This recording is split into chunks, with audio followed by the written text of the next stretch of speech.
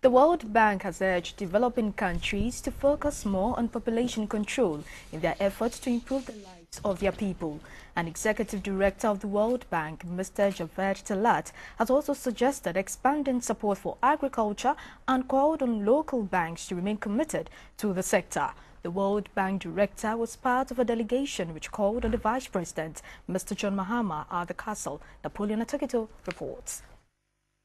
Mr. Javed Talat, a Pakistani, is one of the executive directors of the World Bank.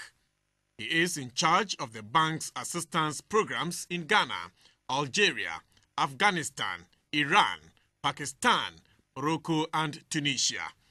He touched on a less focused area on most political platforms and intellectual circles. Though the subject is not new in the development matrix, its role in promoting growth has paled out of the front burner. Mr. Javed Talat has a point there because countries around the world with high per capita income or quality lifestyle have small populations. Libya, Qatar, United Arab Emirates, Gabon and Equatorial Guinea are some of those countries. When I look at Ghana today, and when I compare it with 1985, I must say it's a great story. You've come a long way. And that's not because of the World Bank or any other bank.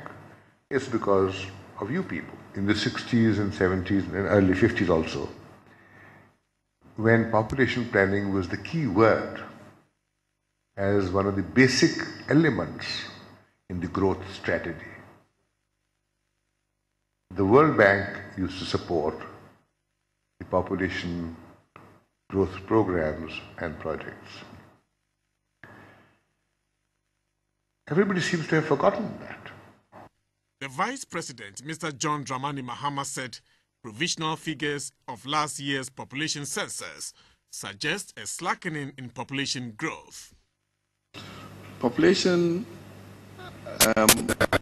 planning has suffered because of the shift of attention to diseases like HIV/AIDS.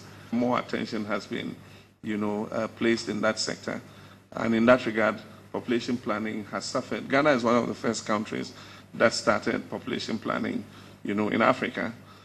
And we have a long history documented of our successes and failures. I think that the time has come for us to take these lessons, look at them, and then forge a new path, to see how we can have a country where families are better planned and people are able to live in decency and dignity. The two gentlemen contradicted on the issue of contraceptive use in Ghana.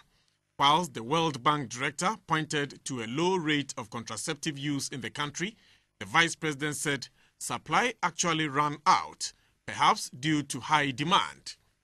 When that discussion was over, the World Bank delegation left, and in came an IBM delegation led by the group's senior vice president, Mr. Rodney Atkins.